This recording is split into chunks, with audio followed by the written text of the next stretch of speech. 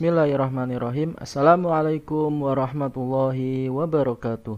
Berjumpa lagi di channel belajar bersama Pak Guru Yasin, channel yang akan membahas seputar pendidikan profesi guru, terutama di wilayah Kementerian Agama. Pada kesempatan ini saya akan membahas latihan soal tes akhir modul pada modul Al-Quran Hadis. Nanti Bapak Ibu bisa belajar dengan ikut menjawab soal. Nanti jawabannya benar berapa, silahkan bisa ditulis di komentar video ini. Baiklah, sebelum kita mulai untuk latihan soal tes akhir modul ini, perlu saya sampaikan bahwa tes akhir modul merupakan suatu kewajiban yang harus diselesaikan oleh setiap guru sebagai peserta PAI pada masing-masing modul. Biasanya latihan soal tes akhir modul diselesaikan di hari yang ketiga. Untuk jumlah soalnya itu juga biasanya sama karena dibuat dari pusat, yaitu berjumlah 12. Mari kita awali dengan membaca basmalah bersama-sama. Bismillahirrahmanirrahim. Kita mulai. Untuk soal nomor 1, latihan soal tam Al-Quran Hadis. Soal nomor 1. Seseorang menafsirkan atau menakwilkan suatu ayat bias berbeda pemaknaannya dengan penafsiran atau penakwilan yang dilakukan oleh orang lain. Begitu juga dengan terjemahan. Terjemahan sebenarnya tidak mampu mewakili makna yang dikandung oleh bahasa asli penutur, dan variasi terjemahan bias jauh lebih banyak. Hal ini menunjukkan bahwa kebenaran tafsir, takwil, dan terjemah bersifat A. Fleksibel, B. Tidak mengikat, C. Mutlak, D. Relatif, E. Berubah-ubah. Silahkan Bapak Ibu dijawab terlebih dahulu. Saya hitung mundur dari sekarang. 5, 4, 3, 2, 1. Jawabannya adalah D. Relatif. Lanjut ke soal selanjutnya. Latihan soal tam Al-Quran Hadis. Soal nomor 2. Ayat-ayat Al-Quran terdiri dari ayat-ayat yang terang maknanya dan samar maknanya. Dalam terminologi ulumul Quran, dua kategori ini disebut dengan muhkamat dan mutasyabihat. Di antara kriteria atau sifat ayat mutasyabihat adalah A. Berbicara hakikat dan kualitas, B. Berbicara hal metafisik atau eskatologis dan mengandung hukum yang abstrak, C. Tidak membutuhkan pemikiran mendalam atau penjelasan ayat lain, D. Maknanya sudah diketahui luas oleh orang Arab saat ayat itu turun, E. Mengandung hukum yang konkret. Silahkan Bapak Ibu dijawab terlebih dahulu. Saya hitung mundur dari sekarang. 5, 4, 3, 2, 1. Jawabannya adalah B. Berbicara hal metafisik atau eskatologis dan mengandung hukum yang abstrak. Lanjut ke soal selanjutnya. Latihan soal tam Al-Quran Hadis. Soal nomor 3.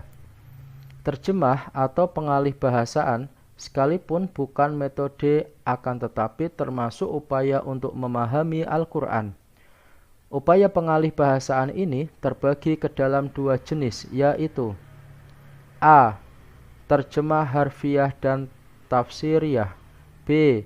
Terjemah tafsiliyah dan ijmaliyah, C. Terjemah harfiah dan tafsiliyah, D. Terjemah ijmaliyah dan tafsiriyah, E. Terjemah tafsiliyah dan tafsiriyah.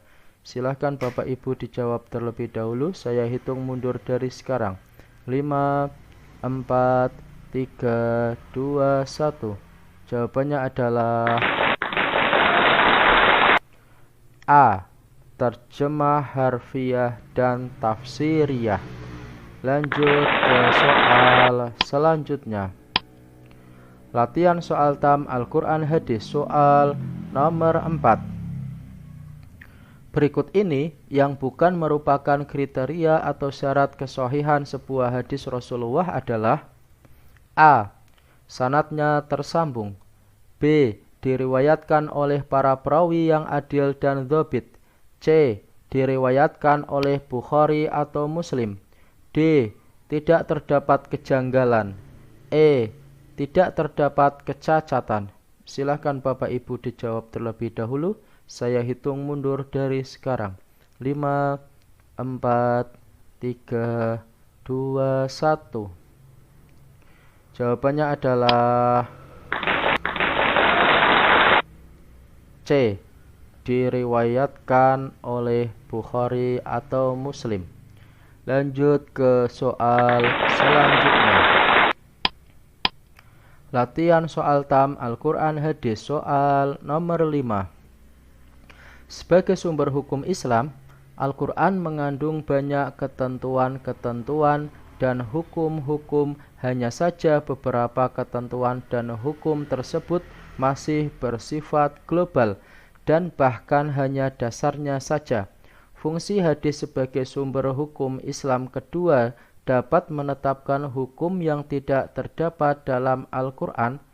Fungsi ini disebut dengan A. Bayan takrir, B. Bayan takkid, C. Bayan tafsir, D. Bayan tasrik, E. Bayan nasak. Silahkan Bapak Ibu dijawab terlebih dahulu. Saya hitung mundur dari sekarang. 5, 4, 3, 2, 1. Jawabannya adalah D. Bayan tasrik. Lanjut ke soal selanjutnya. Latihan soal tam Al-Quran Hadis soal nomor 6.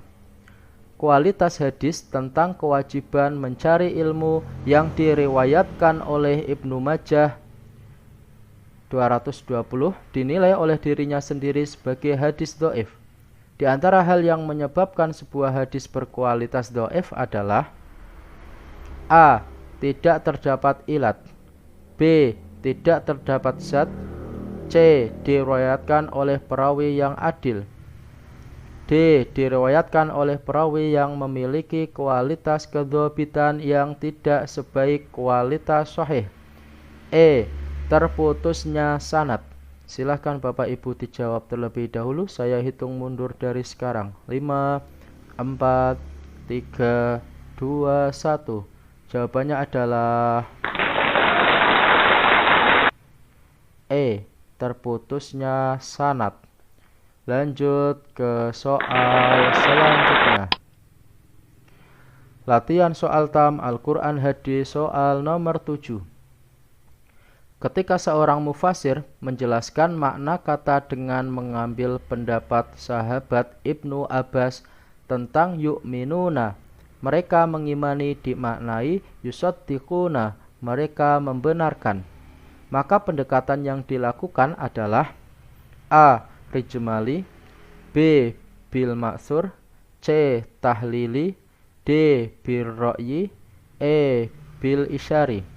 Silahkan Bapak Ibu dijawab terlebih dahulu. Saya hitung mundur dari sekarang. 5, 4, 3, 2, 1. Jawabannya adalah B. Tafsir bil maksur. Lanjut ke soal selanjutnya. Latihan soal tam Al-Quran Hadis soal nomor 8. Perhatikan pernyataan berikut. 1. Mempunyai ruang lingkup yang luas. 2. Dapat memasukkan berbagai ide apapun ke dalam pemahaman Al-Quran. 3. Dapat melihat Al-Quran dari berbagai aspek secara komprehensif. 4. Dapat mendayagunakan anugerah akal secara optimal untuk menalar Al-Quran sebagai bentuk syukur. 5. Dapat memahami Al-Quran sesuai keinginan dan kecenderungan. Yang merupakan kelebihan dari tafsir bil ra'yi ditunjukkan oleh nomor A. 1, 2, 3. B. 2, 3, 4, C. 3, 4, dan 5, D. 1, 2, dan 5, E. 1, 3, dan 4. Silakan Bapak Ibu dijawab terlebih dahulu. Saya hitung mundur dari sekarang. 5, 4, 3, 2, 1. Jawabannya adalah